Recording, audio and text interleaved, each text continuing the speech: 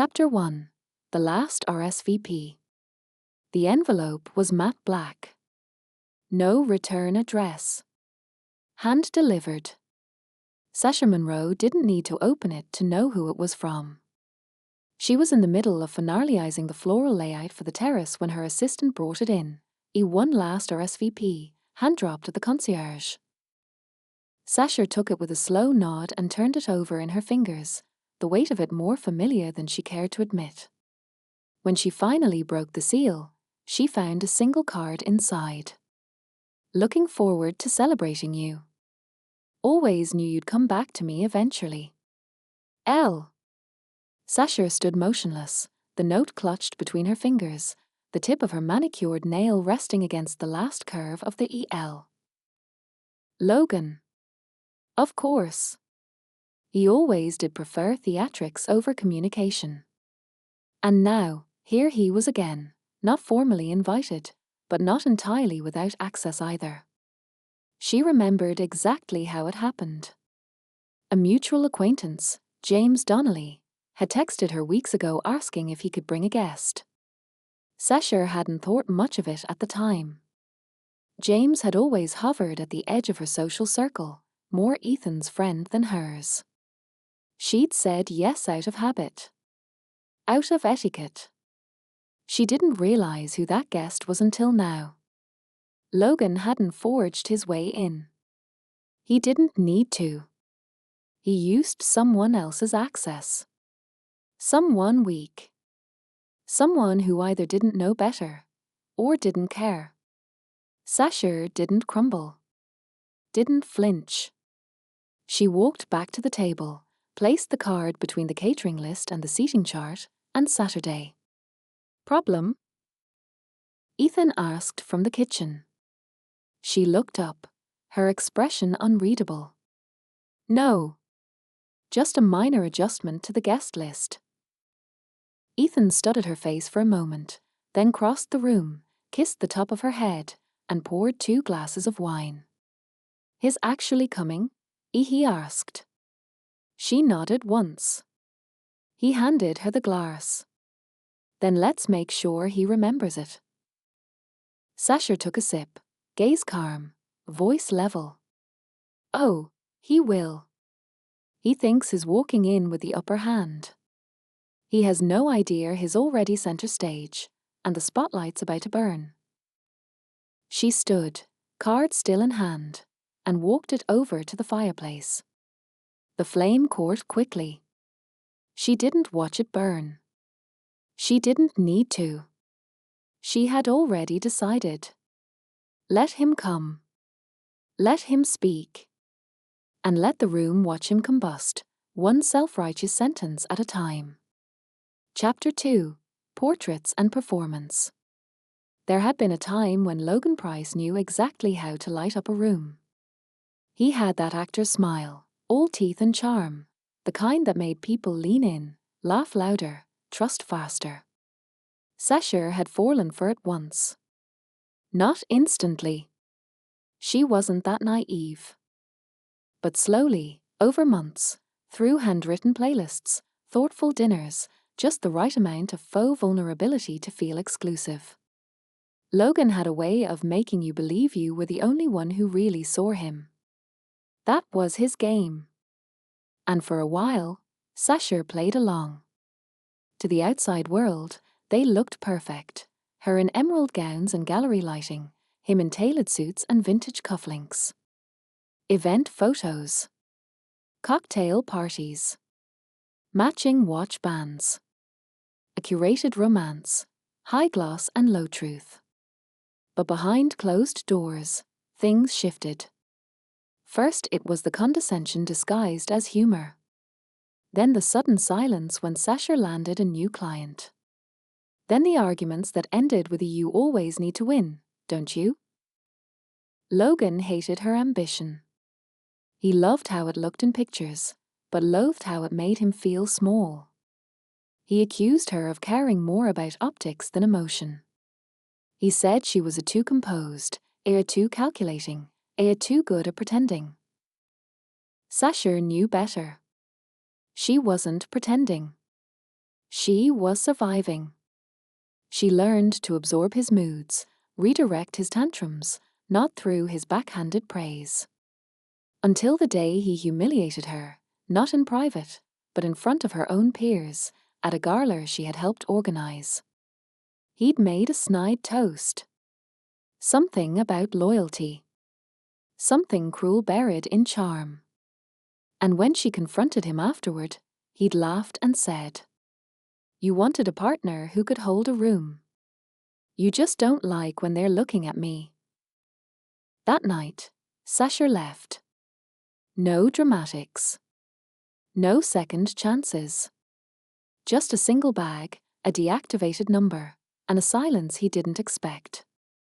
And now, almost 2 years later, he was crashing her engagement party. Not because he missed her. Not because he cared. But because he still believed he had the power to hijack the narrative. What Logan never understood was this. Sasha wasn't controlling. She was prepared. She didn't perform. She endured. And this time, she wouldn't be walking out. He would. Chapter 3. The calm before the MIC. The morning of the party, Sasha woke to silence, the good kind. Not the eerie quiet of something about to go wrong. The kind that wraps around you when every piece is in place, when the plan has already been set in motion, and all that's left is to let it unfold. Ethan was still asleep beside her, one arm draped across her waist, breathing steady. He'd offered, more than once, to pull Logan aside. To make a few quiet calls. To uninvite him before things ever got messy. But Sasha had said no. Logan didn't need to be removed. He needed to be seen. By the time they sat down for breakfast, a quiet tray of coffee, berries, and steel-cut oats that neither of them touched, the air between them hummed with quiet certainty. "He's still coming?" Ethan asked, not looking up from the RSVP printout in his hand. "He's coming," as Sasha said, calmly threading a single pearl into her earring. James confirmed it. Ethan nodded, jaw flexing. He knows what this looks like. He's not coming to congratulate us. "I know," Ishi said. "That's why I'm not stopping him." He set the paper down, voice low. "You're sure?" Sasha turned toward him, her tone like cut glass wrapped in velvet. "I'm not afraid of Logan's mouth. I've heard worse from him in private. Now he can show everyone else what I already know." Ethan stood, crossed to her, and took both her hands in his. "You shouldn't have to prove anything," he said. "I'm not proving anything," as Sasha replied. "I'm giving him rope. Whether he wraps it around my neck or his own is entirely up to him." Ethan paused, then gave her a nod, the kind that said, "I trust you," the kind that meant I'll follow your lead even when it's uncomfortable. By noon, the caterers were setting up crystal champagne towers in the courtyard. The florist was threading ivy through the iron trellises. The custom linen place cards were laid out by hand, gold ink glinting in the sun. And in the center of it all, Sasha moved like a storm just below the surface. She wasn't angry. She wasn't anxious. She was ready. Logan thought he was walking into a party. But what he was really walking into was evidence. Chapter 4. Champagne and Sharks. The courtyard bloomed in gold and ivory. Glass towers shimmered beneath strands of cafe lights. Laughter floated across the patio like perfume, airy, sweet, temporary. It was the kind of party people would post about, not for clout, but because they genuinely wanted to say I was there. Sasha Monroe moved through the space like she owned the moment. Because she did. She wore a silk ivory jumpsuit tailored so precisely it could have been stitched to her thoughts. Her hair was swept into a soft twist at the nape of her neck. Nothing flashy. Nothing performative. Just the quiet elegance of someone who no longer needed to prove a thing. She greeted guests with grace. Hugged old friends. Accepted compliments on the setup with a humble smile, even though she'd orchestrated every detail. The cocktail menu. Her design. The playlist. Custom curated. The speeches. Timed. The lighting. Precision tested the night before. And through it all, she waited. Not nervously. Strategically. Ethan watched from across the space, laughing with two of his business partners, always with one eye on Sasha. His presence was solid, unobtrusive, unwavering. He didn't hover. He supported, the kind of man who knew how to be strong without stepping in front of the woman at the center of the storm. It was nearly an hour in when she saw him. Logan. He entered like he expected cameras. Like a politician stepping onto a red carpet. His hair slicked, shirt crisp, jaw too tight for the smile he tried to wear.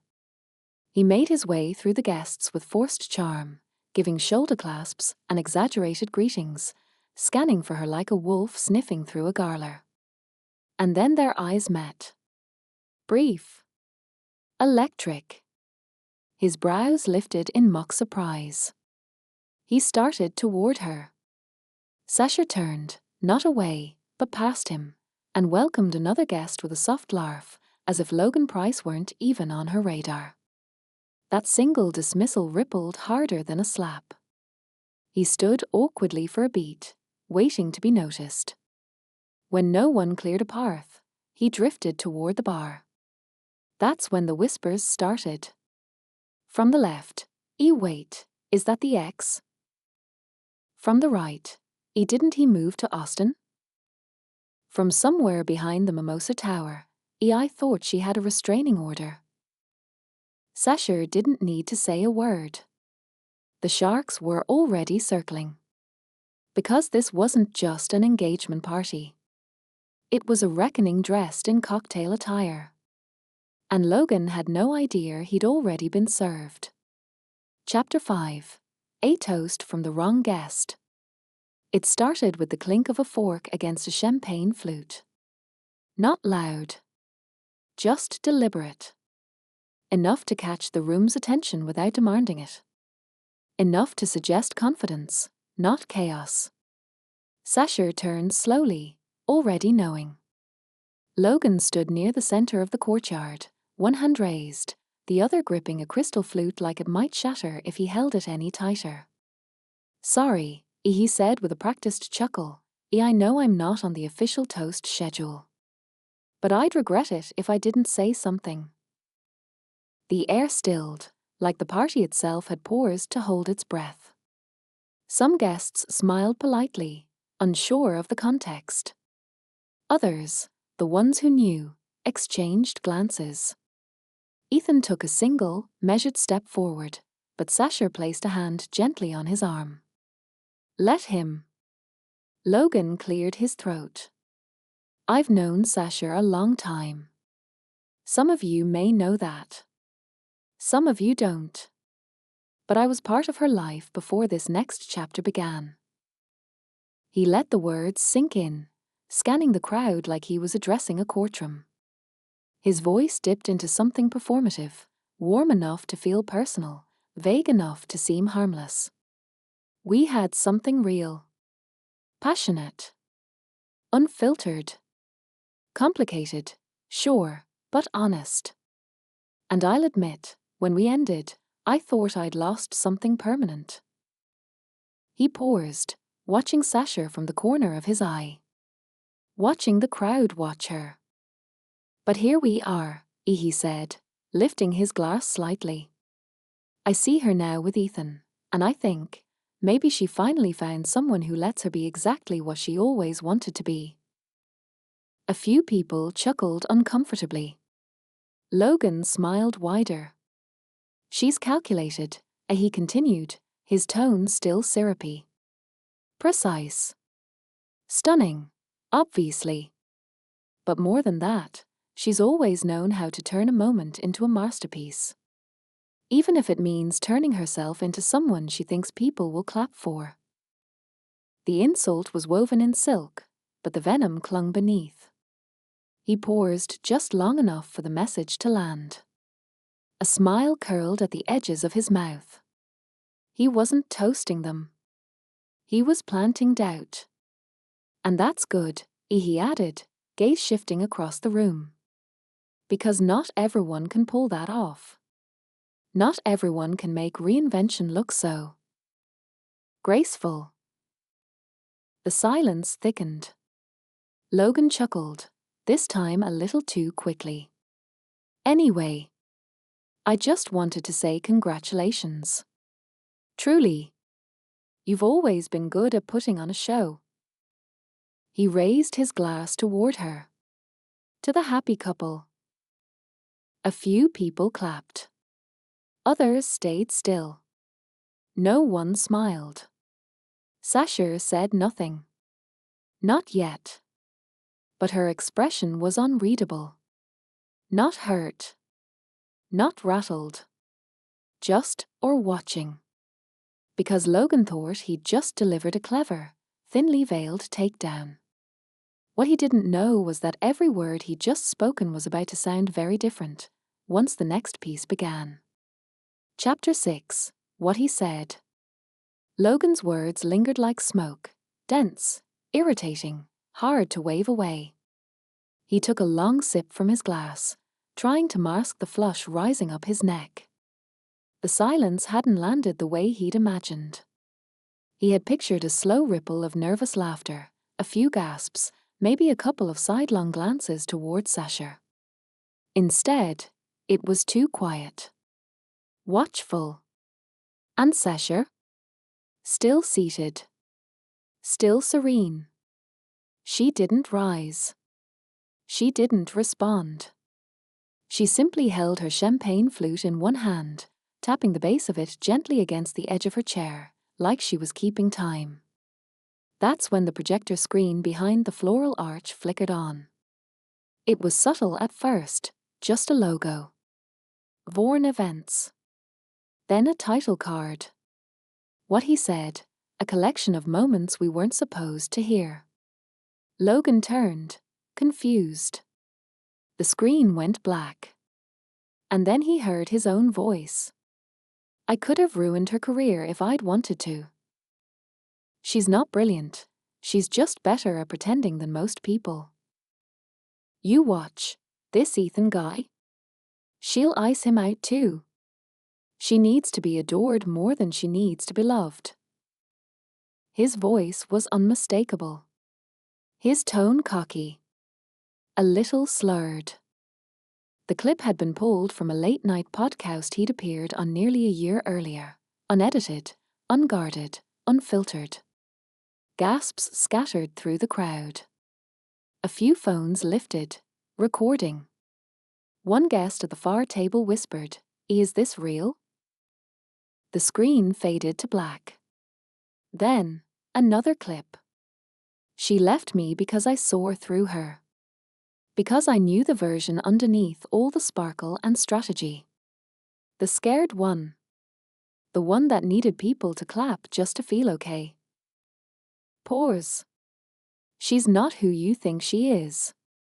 But I'll let the next guy figure that out the hard way. Cut to a new clip, this one sharper, meaner. Honestly, women like Sasha get ahead because people are afraid to challenge them. She's all optics. No grit. You think she's special because she can color coordinate a room? Another cut. It's infuriating. I bust my ass and she gets handed praise for breathing elegantly. And somehow I'm the one who's jealous. Please. And one more.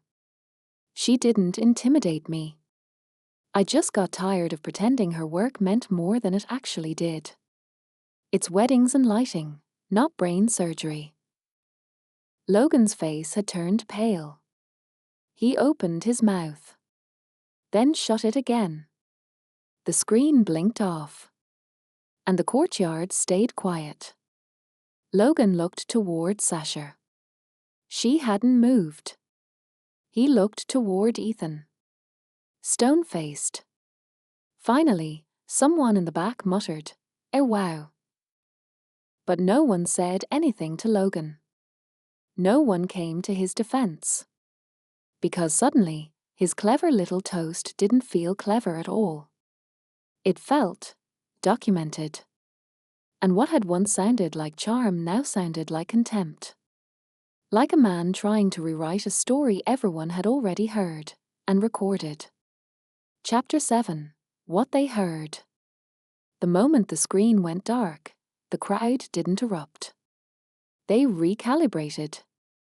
There was a pause, not stunned silence, but processing. A collective awareness that something had just happened, and no one was going to hear it. Logan stood frozen, his jaw slack, eyes darting to the edges of the courtyard as if searching for an exit or at least one friendly face. He found none. Every guest had suddenly become a mirror. Across the patio, Sasha took another sip of champagne and set her glass down with care. She didn't rise. She didn't need to. She was already towering over him without moving an inch. Someone near the mimosa bar whispered, Did you hear what he said about her work?" Another, He said she pretends to be brilliant." "What a..." A third voice, more hushed, Didn't he call her scared?" On a podcast. They weren't whispers of sympathy. They were whispers of disgust. And then came the analysis. Swift. Ruthless. Public. "I've worked with Sasha.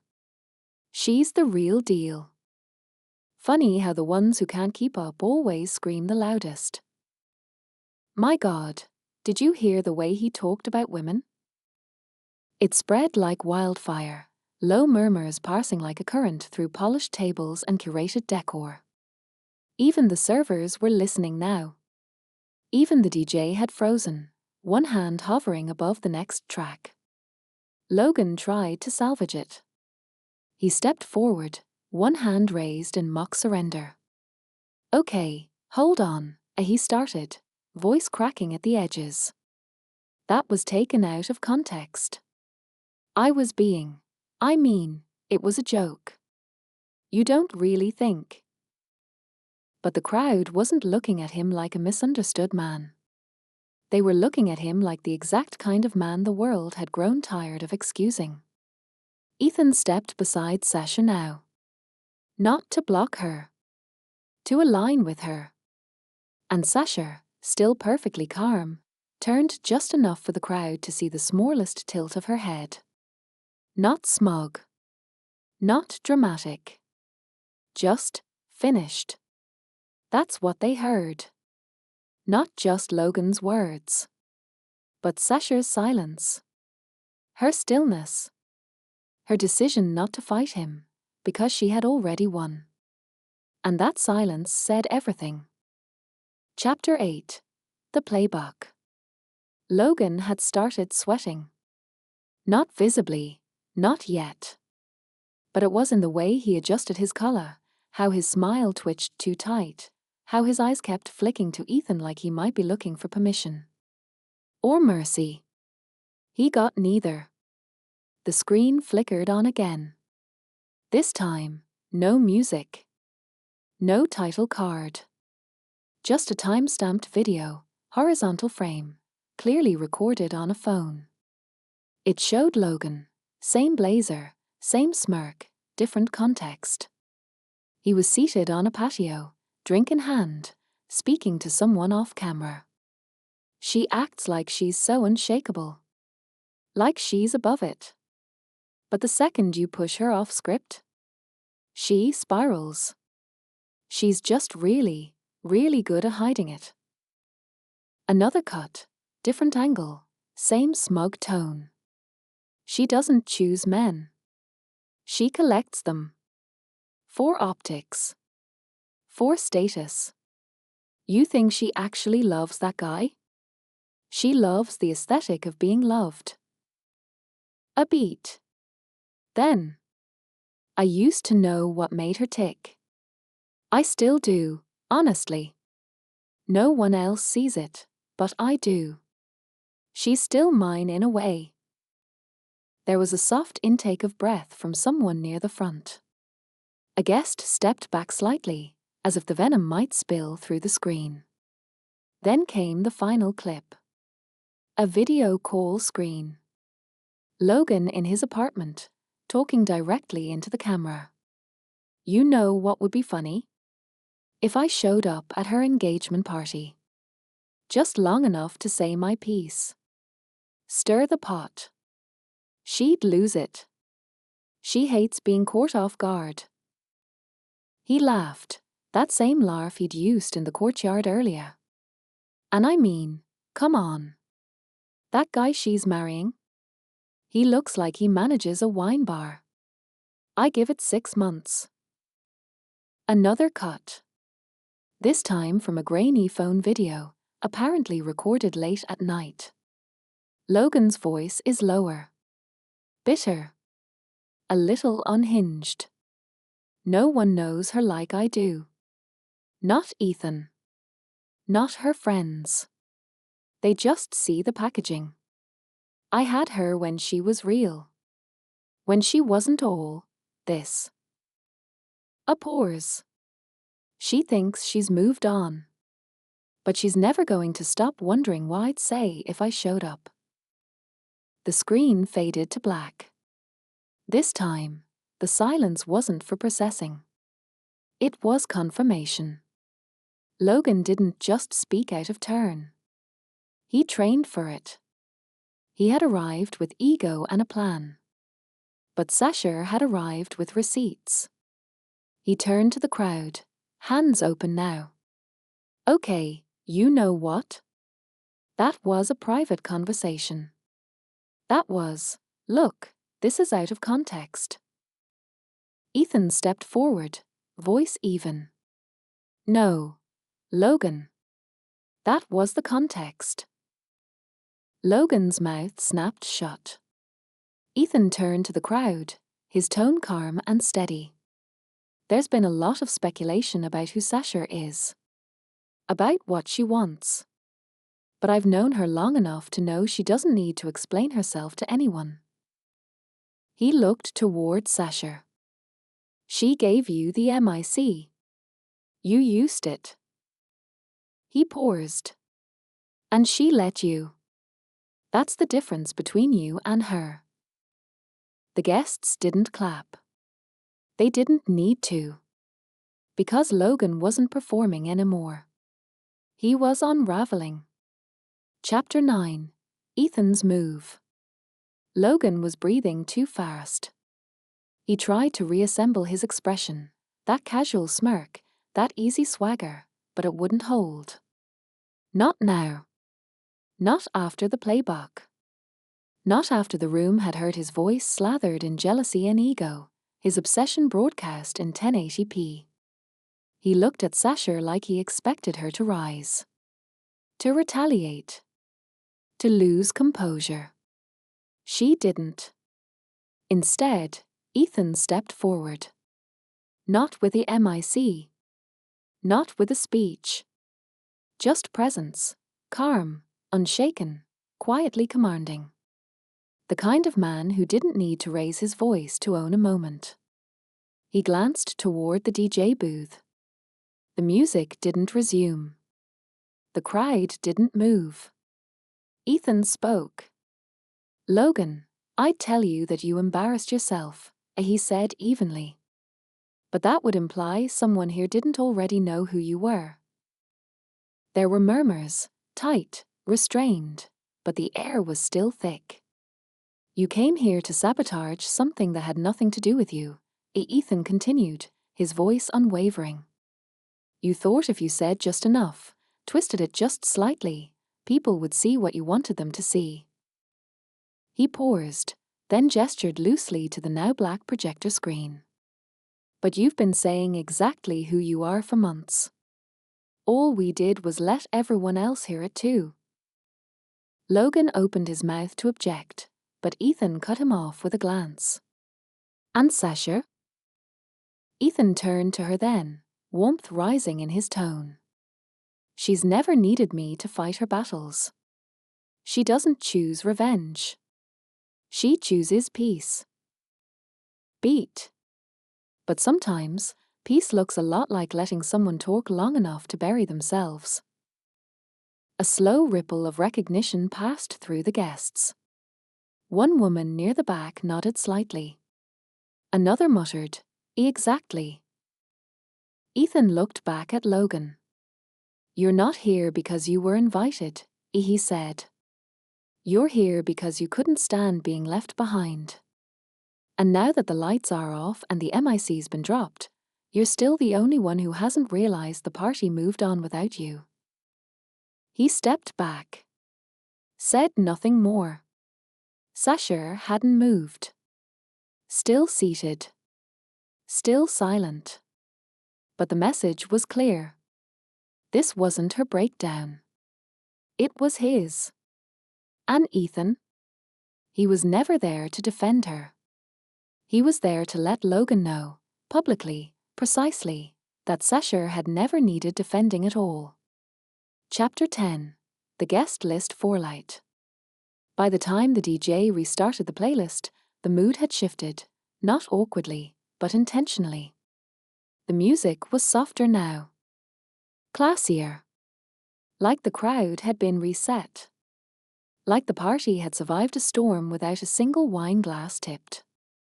Logan was no longer the center of attention. He was a stain being quietly scrubbed from the memory of the night. But the fallout had already begun. Guests moved in hushed clusters, not out of fear, but alignment. A line had been drawn, and everyone was now choosing a side. Or realizing the choice had already been made for them. James Donnelly, who'd brought Logan as his plus one, stood near the dessert bar looking pale and cornered. A woman in a navy jumpsuit pointed a manicured finger in his face. "You knew what he was planning?" she snapped. "No. I didn't. He said he just wanted to offer a toast." "I didn't think." She cut him off. "You didn't think, period." Another guest, a photographer Sasha had worked with for years, quietly approached her. "That footage," he murmured, "it was devastating. And perfect." Sasha offered a small, gracious nod. "Just the truth." Meanwhile, a cluster of Logan's old acquaintances gathered near the valet table. One was already deleting a photo of Logan from their feed. Another shook his head. "I always thought he was just messy. I didn't realize he was dangerous." Logan himself hovered near the edge of the courtyard, trying to pretend he was simply taking a breather. But no one approached. No one made eye contact. His phone buzzed, unanswered. One of the caterers sidestepped him entirely with a tray of glasses. He'd RSVP'd to an engagement. He'd delivered a confession. And now, he was being quietly, systematically, or removed. Back inside, Sasha made her way to the bar, not hurried, not grand. Just deliberate. The bartender gave her a smile and a fresh pour. "On the house," he said. "That was one hell of a clean-up job." She smiled. Didn't even need a mop. Ethan joined her a moment later. Not touching. Just standing close enough to signify exactly where he stood. "Guest lists looking lighter," he murmured. "Quality over quantity," Sasha replied. They toasted, not to revenge, but to precision. And somewhere behind them, Logan's silhouette slipped out the courtyard gate. Unceremonious. Unmissed. The only thing louder than his entrance was the silence that followed his exit. Chapter 11. Sasha stays seated. She never stood. Even as guests began migrating back toward the center of the courtyard, even as the DJ slipped in something smooth and expensive to reframe the mood, Sasha remained at her table. Still. Centered. Untouched. Logan's departure hadn't drawn a cheer. It hadn't needed to. His exit had been absorbed into the rhythm of the evening, like a smudge wiped clean before anyone could blink twice. And Sasha? She watched. Not with satisfaction. Not even with smugness. But with certainty, the kind of certainty that doesn't require performance. Because Logan had done it all himself. He'd poured the gasoline. Lit the match. Delivered his own eulogy under the guise of a speech. And she had simply let it burn. Around her, the party came back to life in slow pulses. Guests adjusted their ties. Ordered espresso martinis. Someone laughed, not nervously, but with relief. The atmosphere had reset, like a fresh tablecloth dropped over a scorched table. Ethan returned to her side, a small plate of hors d'oeuvres in hand. He didn't speak at first, just handed her a canapé like it was the most natural thing in the world. Shrimp or betrayal? She asked lightly, inspecting the bite. Little of both, he replied. But mostly shrimp. She took it. Ate it. And smiled, not because of Logan's downfall, but because it was over. Because silence had been enough. Sasha didn't need to justify herself. She didn't need to argue or defend or explain. Logan had shown everyone exactly who he was, unfiltered, uninvited, and exposed. And all Sasha had to do was stay seated. Chapter 12, Social Proof. By morning, it was everywhere. The video. The audio. The reaction shots. A clipped montage of Logan's a toast he had been posted to TikTok before the valet even closed for the night, overlaid with dramatic music and the caption. When your ex crashes your engagement and exposes himself instead. It had over 2 million views by 8 a.m. By noon, the full speech was trending under #LoganUninvited and #SashaStaysSeated. The original clip had been reposted with reaction commentary, edits, meme remixes, and frame-by-frame breakdowns of Sasha's facial expressions. This is masterclass level composure. She's not the main character. She's the director. Logan walked in with a MIC and left with a PR crisis.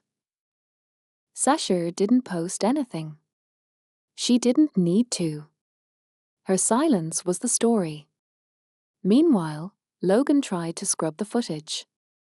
He issued a vague Instagram story late in the day. Not everything you hear online is the whole story. People twist things. It disappeared in less than 6 hours. So did several of his tagged photos. His podcast link. His speaking engagement bio. But the screenshots didn't disappear. The reposts didn't slow down. And Sasha?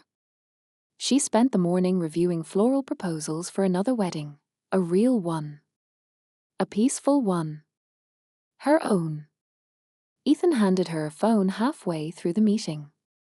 Your inbox is on fire, he said with a wry smile. She glanced. Hundreds of unread messages. Industry contacts, old acquaintances, reporters. Iconic. Can I interview you? You're the blueprint. Sasha closed the inbox. Tucked the phone away. She hadn't orchestrated this moment for social media. But social media had chosen her anyway. And now the narrative wasn't his to control. It was hers, without a word.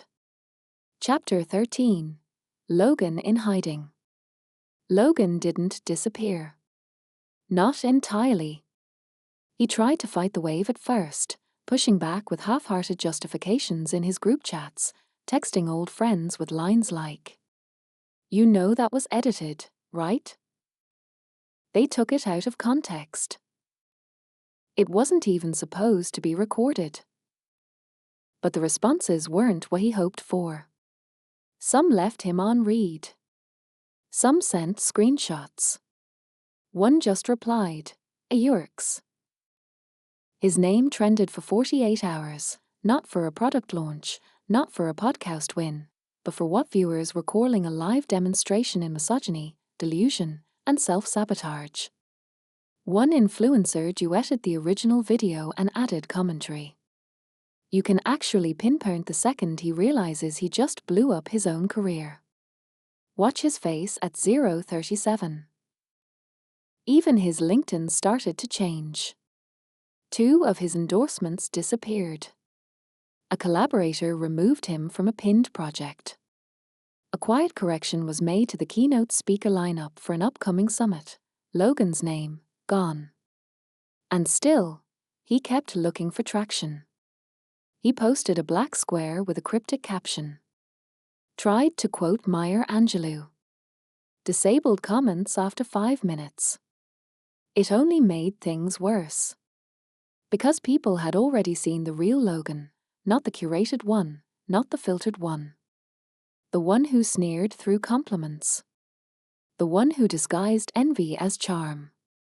The one who crashed his ex's engagement and narrated his own downfall, mic in hand. By the end of the week, Logan wasn't defending himself anymore. He was quiet. Ghosted by his own social presence. Missing from events he used to show up early for. Not because he was banned. Because no one asked if he was coming. And for a man who once lived for the invite, there was no punishment louder than silence. Chapter 14. Still standing. The brunch was flawless. Warm linen napkins. Candid bacon. Mimosas poured tableside by servers in soft blue shirts that matched the hydrangeas lining the perimeter. The playlist was calm, jazz, but modern. Intentional. And Sasha? Still seated. Still serene. But this time, radiant. No one mentioned Logan. They didn't have to. The people who mattered had returned, not out of curiosity, but loyalty. Every guest who showed up had made their choice clear. Ethan clinked a glass gently beside her, drawing a subtle smile. He leaned in.